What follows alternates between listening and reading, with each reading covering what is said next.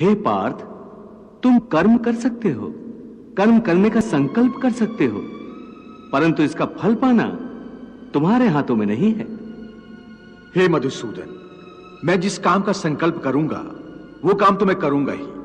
जब भोजन करने का निश्चय करके बैठूंगा तो निवाला उठाकर मुंह में रखूंगा ही, तभी तो उसे खाऊंगा।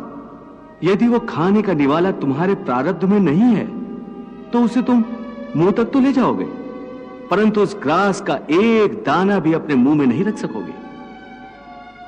हे अर्जुन, केवल कर्म का संकल्प ही प्राणी के अधिकार में है, उसका फल प्राणी के अधिकार में नहीं है। हे केशव, तुम्हारे कहे अनुसार यदि फल प्रारब्ध ने अपनी मर्जी से देना है तो फिर प्राणी को कर्म करने की आवश्यकता ही क्या है?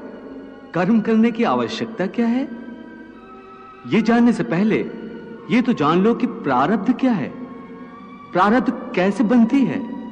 हे केशव, प्रारब्ध क्या है उसे जानने में क्या मुश्किल है? यह तो सीधी सी बात है कि जो भगवान की इच्छा है वही मनुष्य का प्रारब्ध होती है।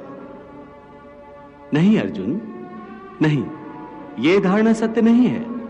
क्यों सत्य नहीं है?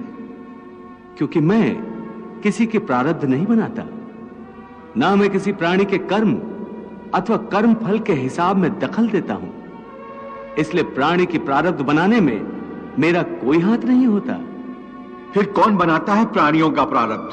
प्राणियों के अपने कर्म।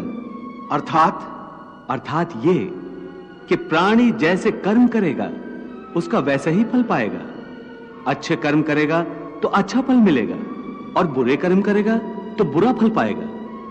यही जो प्राणी के अच्छे बुरे कर्मों के अच्छे बुरे फल का हिसाब है, इसी को प्रारब्ध कहते हैं। अगर आप भगवान श्री कृष्ण के भक्त हैं तो इस चैनल को सब्सक्राइब कर लीजिए और कमेंट बॉक्स में लिख दीजिए जय श्री कृष्णा।